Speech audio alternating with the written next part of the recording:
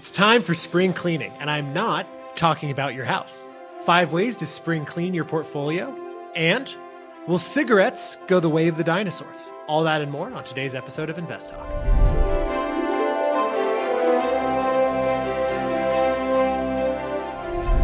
Good afternoon, fellow investors, and welcome back to InvestTalk. Today is Friday, April 5th, 2024, the first Friday of April, the first Friday of Q2, and what an exciting first week it's been. And we're going to talk about that. And we're also going to run down some show topics later and answer your questions. But first, let's get to the thing that has been exciting both me and Justin, everybody at InvestTalk, everybody at KPP Financial over the past couple weeks, and that is the InvestTalk Market Madness. And I am Luke Guerrero to talk to you about all of these things. So let's get to our winners of today. And I bring them to you with a heavy heart because if you've been listening, you know that I have been rooting for Core & Main. But Core & Main, unfortunately, or fortunately, depending on your bracket, fell today to Cytokinetics, the medtech company. And Cytokinetics will be facing off against Equitable Holdings on Monday. And we'll preview that matchup a little later on. Now, to ensure you're in the loop, download the podcast each day for in-depth analysis and daily results. Together, we will discover how you did. We're excited to see who had names left in the finals, which will be on Monday. And with that said, we'll talk about the market performance a little later on and run down the show topics. But after we answer our first caller question now. Hi, Steve and Justin. Thank you so much for everything you guys do. Your program is extremely informative for folks like us who are small investors. I would really appreciate if you could give me an entry point for a company called Medtronic, MDT. I would like to get an entry point into this company. Really appreciate it. Thank you so much. So MDT, Medtronic, is a med tech company. They operate through cardiovascular, neuroscience, and their medical surgical division. They used to do a lot of diabetes drugs as well, rather diabetes implants, which I think they shut down some of that more recently because it has been a slightly more difficult time in the med tech space coming out of the pandemic. So taking a look at Medtronic, you see, it's pretty fairly valued, to be honest. It's at a price to book of 2.2 right now, which is well below its 5-year average of 2.8. Its price to earnings on a forward-looking basis is a 15.4. And it's not a small company. This is a $100 billion market cap company. But overall, taking a look at it, it looks not only fairly valued, but pretty well run. Their debt situation is not bad, $25 billion worth of debt on a $100 billion market cap company. And their interest rate coverage ratio is 9, so they're not overly leveraged. So during a time when interest rates are going to be probably secularly higher than they have been, specifically within healthcare and within medtech, I'd probably be more concerned about companies that are more highly leveraged. This one doesn't appear to be one of them. So let's take a look at how it's performed over the past couple of years. Well, looking at this chart, you see the blue line, which is Medtronic's performance, and the green line, which is the Russell 3000, a broad market ETF, and it's struggled relative to them over the past 2 years.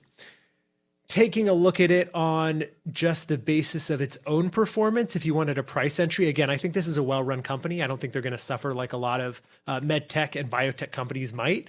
It's been pretty flat. And frankly, given its prospects, given what's happening outside of this company within healthcare, within consumer spending, people moving more and more towards healthier lifestyles, that could certainly be something that takes away from this company going forward.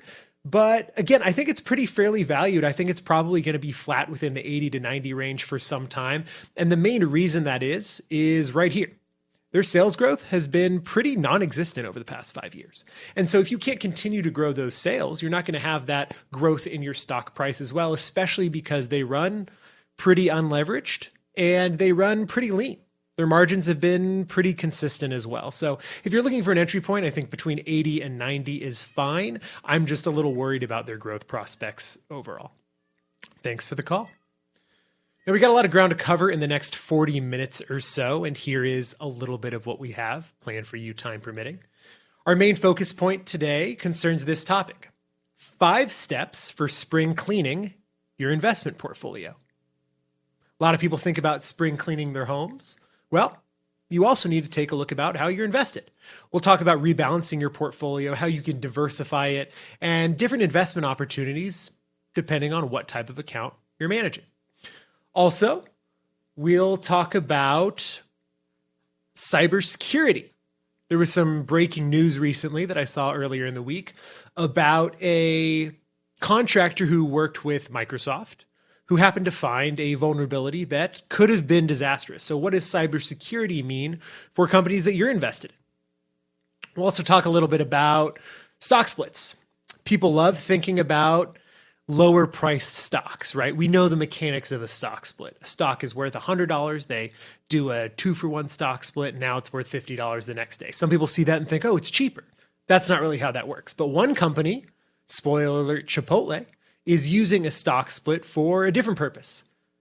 And should we have time towards the end of the show, we'll talk about Tesla, who, according to Reuters, made a big move today, potentially winding down their cheapest vehicle, which they've been working on, the Model 2. We'll also have some caller voice bank questions to play regarding cash investments and GEO Group. And of course, your questions throughout the show at 888-99-CHART.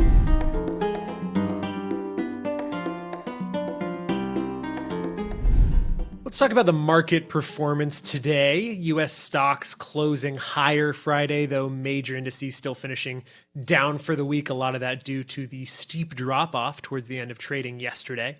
Looks like today momentum and growth names were the standouts. From a factor perspective, value, though, still did better. Big tech was higher with the exception of Tesla, something we may talk about later should we have some time at the end of the show. And treasuries were notably weaker. Curve flattened a little bit. Gold finished up 1.6%. I think gold might be outperforming the S&P 500 this year. Crude oil, big week for crude. Oil ended up 4.5%. The economic front, non-farm payrolls grew by 303,000 in March, well over the 205,000 consensus, probably the catalyst for today's market performance, because within that report, there's also some data about hourly earnings, up 30 basis points month over month, though it was showing signs of cooling with unemployment ticking down to 3.8%. So what did this week mean for the bears, for the bulls? Well, for the bears, there was a big bond yield backup. The 10-year yield touched its highest since November on some pretty firm employment data and manufacturing data as well. And geopolitical tensions ramped up in the Middle East, maybe one of the catalysts for that sell-off that we saw yesterday, along with some pretty hawkish Fed talking points. One of the Fed voters saying that maybe they won't cut it all this year. Now, that's just one member, and it's not the chair, so we'll see how that develops as we get closer to FOMC minutes next week and later into the year. There's also some more cracks in consumer resilience. Consumer spending, Ulta Beauty said, warned that they saw a slowdown in the entire beauty category. That could be bad news for consumer spending. Now, for the bulls, it was a good week as well. Firmer U.S. growth backdrop with that unemployment data, with the jobs data. Manufacturing moved into the expansion territory for the first time since September of 2022. Pretty remarkable. ISM manufacturing new orders expanded for just the third time in the last 22 months. Labor supply has been expanding. Unemployment's been ticking down. And from the Fed chair, from Powell, what he's been saying, pretty status quo, something we've heard for quite some time, maybe 3 rate cuts this year.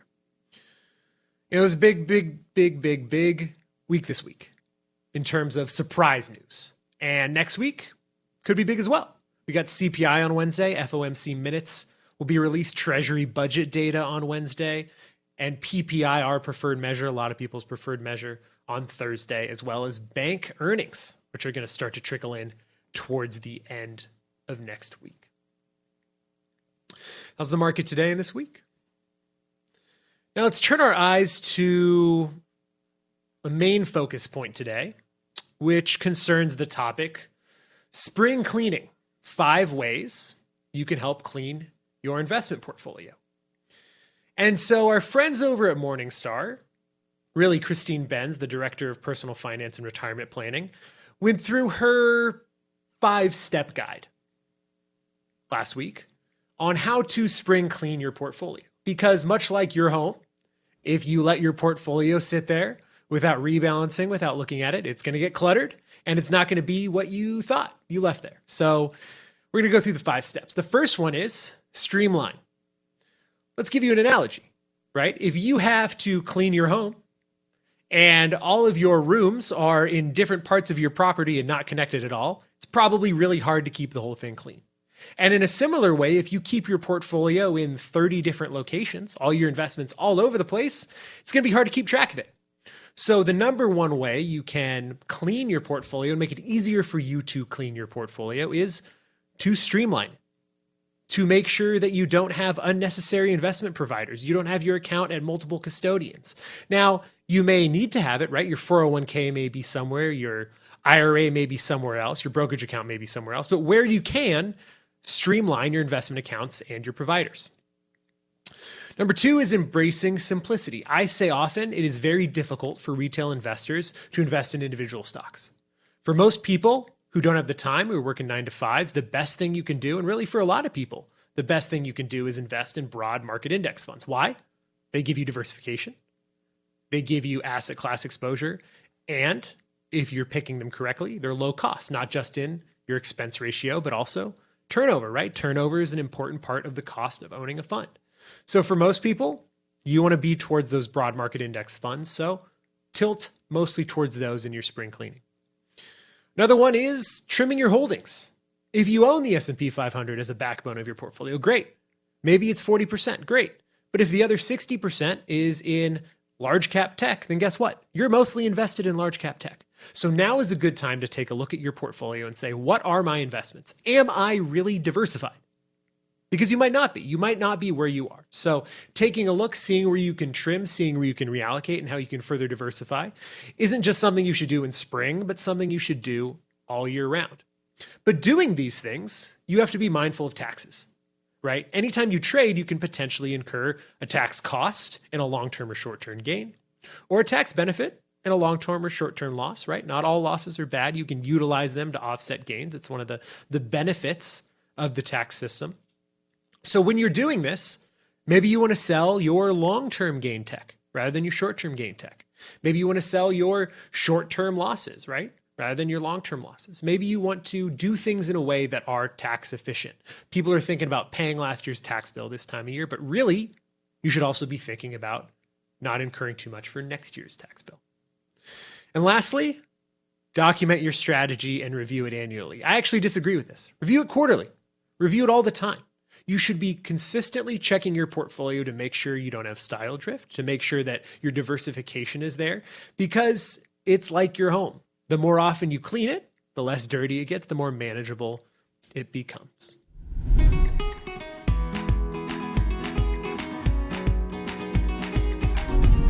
Let's go to James in New York, who has a question about Phillip Morris. Do you own it or are you looking to buy it?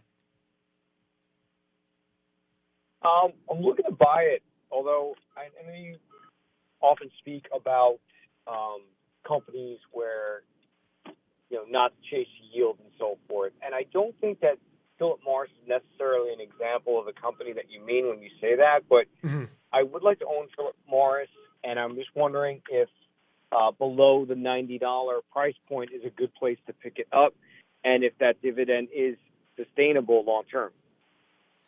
Yeah, so I agree with you. This isn't a case of chasing yield. This is a pretty sustainable dividend in terms of how they're leveraged, right? Because Phillip Morris, one of the world's largest cigarette tobacco companies, they got $48 billion worth of debt on a $139 billion market cap company, and they're not too leveraged. Their EBIT is enough to cover their interest expenses by 7 times. They push most of their debt out. Their cash flow, it's taken a drop off in the past year, but relative to their 5-year average, it's pretty consistent. The thing that worries me about Phillip Morris, and I guess depending on where you stand on the health of cigarettes, worrying might not be the right choice. But in terms of investing in Phillip Morris, their sales growth is kind of stagnant. Over the past 5 years, it's only grown 3%. And I think what the market's done over the past couple years is price in the wake of the pandemic, a move towards a health trend. Look at the UK, for example. The UK announced that they're going to be phasing out cigarette sales to people, starting with people born in the year 2009. So if that trend takes a hold more widely, maybe not in some parts of Europe, but across the world, I just don't see, given where the growth of sales have been, that this is where you want to put your capital for an investment. Does that make sense? Yeah, that's Thanks for the call. It's always fun when we can answer 2 or maybe even 3 questions in a row. So let's keep going and play another InvestTalk caller question now. Hey, Justin or Luke, Joe from South Carolina here, just calling in with a question. Want Steve to know that we're all thinking about him and wishing the best for him as well.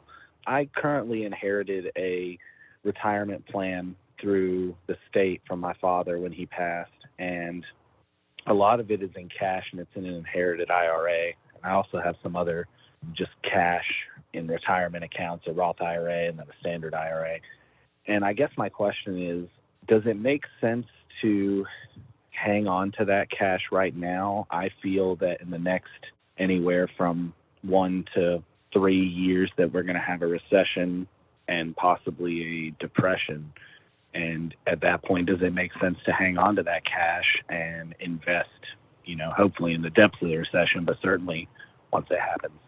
I will listen for your answer on the podcast, and thank you so much. Thanks for the kind words for Steve. He certainly thinks about all of our listeners as well, and hopes and knows that one day he'll get back here. So, I think this is there are 2 things to consider here. And the first one is, given that it's an inherited IRA, you might be subject to 10-year rule. So you definitely need to look into that in terms of when you need to start taking distributions. You may or may not be subject to that. The second part of that is, when people think about investing in the market, they try and time things. And historically speaking, if you look at the empirical data, if you invest on all-time high days, you have a positive expected return. And so the thing you do to shortchange yourself the most is not invest and get exposed to that equity premium. Now, I can understand right now why you may be saying, okay, market's a little overbought, higher elevated valuations, so I'm going to put it in short-term treasuries, or I'm going to put it in money market fund. What you shouldn't do is hold it in cash, because if you're holding it in cash, your money's not working for you. I would get why you might want to hold it in a 0 to 3 month treasury fund, get 5% yield. Hold it in a high savings account, high yield savings account, hold your cash there, get some yield. Should you hold it in cash? Definitely not. Don't hold it in cash. Now, the second point is, when's the right time to invest? Always. If you are a long-term investor, there is no point in standing by and thinking about timing the market and waiting for a depression that may never come. Because in this case, you said you think there's a depression coming down the line. Well, look at the jobs data. The jobs market's robust. All of the top-line economic data says the antithesis of what a lot of people believe, which is impending doom. And a lot of that's because people are feeling their own experiences rather than the top-line economic data. A lot of that is because, frankly, talking heads get paid a lot more to be bears than they do to be bulls. Nobody listens to the guy that says that the sky's blue and clear. But overall, you sound young. If you're a long-term investor, you may be subject to these rules, like I said, by inheriting the IRA. It's always best. It's generally best to be invested for as long as you can in order to improve the potential for you to have higher returns. Thanks for the call. Now, if I had a drum roll I could play right now, I'd do it. But the moment everybody's been waiting for, and that is the finals of InvestTalk Market Madness. And as we mentioned at the top of the show, I hate to see him go, Corin Main. I was so proud of you guys for getting all the way to the Final Four, but the matchup is set. And the matchup is going to be between Cytokinetics, biotech name, and Equitable Holdings. And so if you think about the matchup, again, I don't like biotech names. Justin rarely likes biotech names, especially in a rising rate environment. But we're talking about one-day performance here. And so Cytokinetics, let's take a look at how they did yesterday, or rather how they did today. They were up 5.1%. And they've been on a tear since, frankly, the beginning of 2020. And the valuation range, get this, over the past 5 years, between 7.6 price to book and 245. It's all over the place. Looking at Equitable Holdings, life insurance, health insurance, investment manager. Their valuation's more reasonable. Price to earnings forward-looking 6. Average over the past 5 years, 5. They were up 53 basis points today. So what do I think is going to happen? What's my prediction? What would Justin think? I think Justin would probably side with me here. I think if I had to pick one, I'd go with Equitable Holdings on Monday because, frankly, I think there could be some more news related to a more hawkish Fed that could drag down names like biotech names. So if I had to pick on a one day for Monday, I think I'm going to go with Equitable Holdings. Let's switch over to our next talking point today, which is about something everybody should be concerned about, and that is cybersecurity. So the news came out last week that a contractor, a German software developer who was working with Microsoft out of San Francisco, stumbled upon, frankly, an alarming discovery last month that could have had massive consequences to cybersecurity. So what happened? Well, he was doing some performance tests and he noticed some unusual behavior in the open source software program XZ Utilities. So he did some tests. Remember, there's just one person working with open source software. And when he looked into it, what did he find? The program had been deliberately sabotaged by one of its developers, potentially opening a backdoor to millions of servers worldwide. Luckily, in this case, disaster averted, but it does bring up a broader point. There are several broader points. The first of which is open source projects, which are typically characterized by their free access and communal maintenance, and really the backbone of the internet economy, are at risk because they rely on small numbers of volunteers who juggle demanding workloads without a lot of financial compensation. And so the near miss with XZ Utilities, a suite of file compression tools used in Linux distributions, kind of underscores the vulnerabilities inherent to not only the system of open source generally, but how we monitor it. And so in order to move forward here, in order to prevent projects like this being susceptible to exploitation by malicious actors who are masquerading as helpful contributors. Remember, this wasn't a state actor. This was a developer of one of these programs operating on this utility. It's imperative for government and for private enterprise to work together. And to that end, CISA, the U.S. Cybersecurity and Infrastructure Security Agency, as well as other government entities, are advocating for tech companies to invest more heavily in resources and money into these open source communities that even they depend on, because the current incentives, the financial incentives, just aren't there because we got lucky. You know, the episode is a stark reminder of the challenges facing these open source software security. And so even the developer, recognized we got lucky. He said, you can't run on luck. Luck is not a sustainable strategy. So at the end of the day, you know, this software and a lot of software like it is the foundation for how we live our digital lives. And the number one lesson I took from the past 5 years going into and out of the pandemic is just how fragile our physical lives are, physical society is. And it seems to be the case that that fragility extends to the digital ecosystem as well. So how does this affect you? Well, other than providing the backbone for the internet as a whole, it should make you think, how are the companies that I'm investing in worrying about, frankly, one of the top risks associated with every company, cybersecurity and data risk, and something that apparently even some of the world's largest companies haven't been taking as seriously as they should.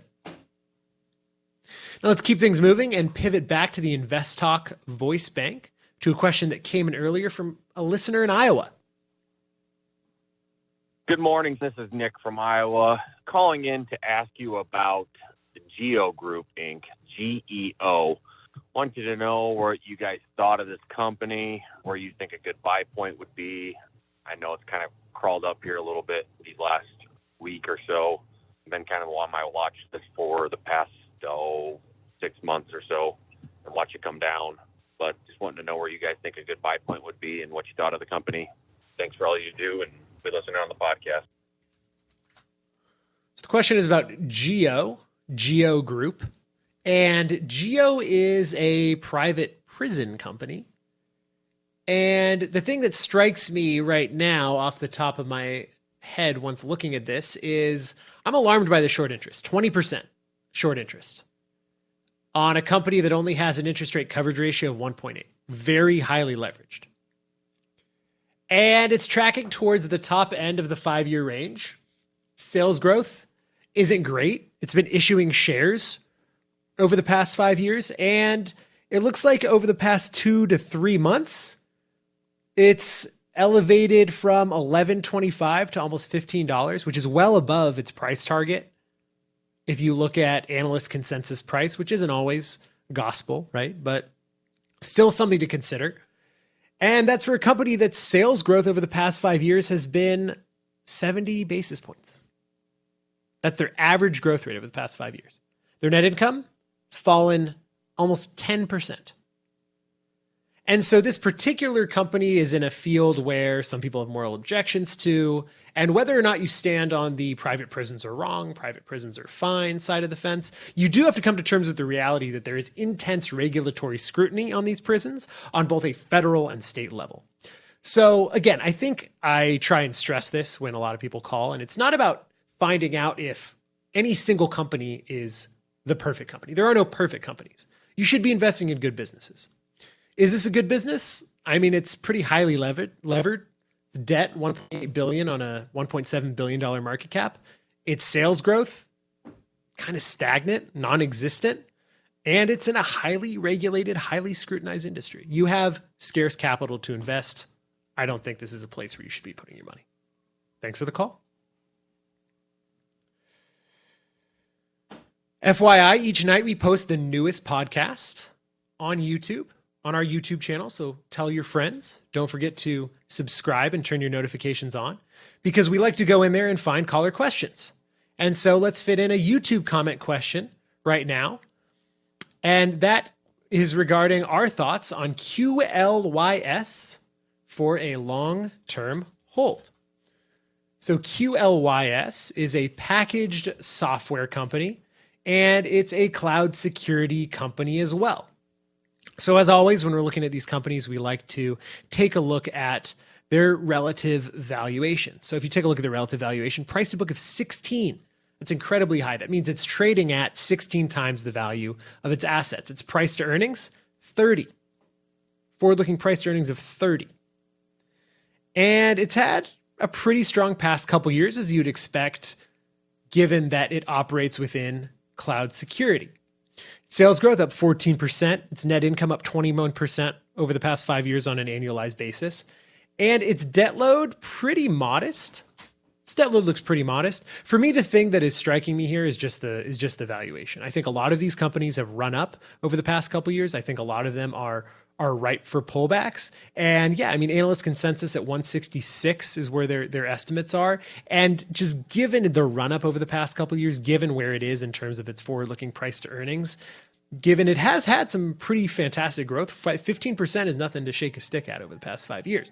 But sustaining that and justifying that 30 times forward-looking price to earnings is incredibly difficult. So for me, I think now is probably not the time to throw some money into this name. I think you probably would have to come and see it come down to closer to maybe 20 times forward-looking price to earnings.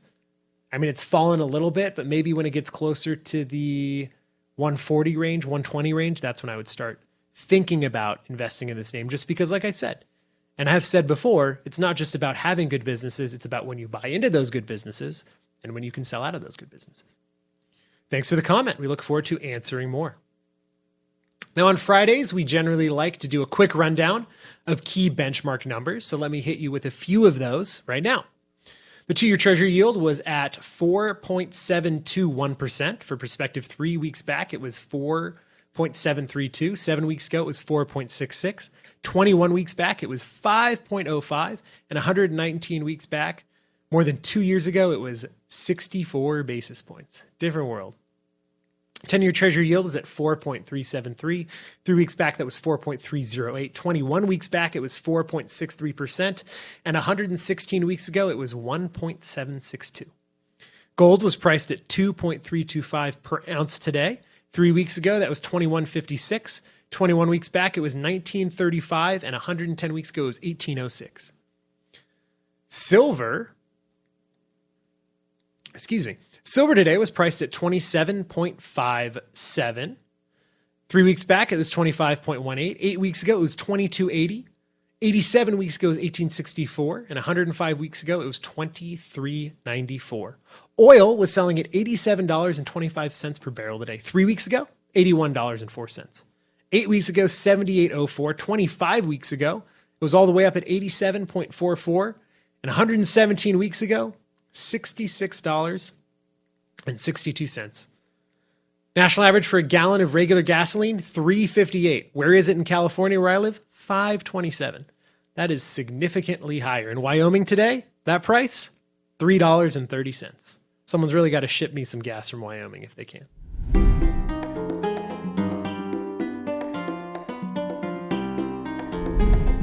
Love your guys' show. Thank you for answering all our questions. I have a question today about Chesapeake Energy Corporation, ticker CHK. I don't know. It just seems like a good stock. I'm trying to find out what is wrong with it, and you guys are really good at that.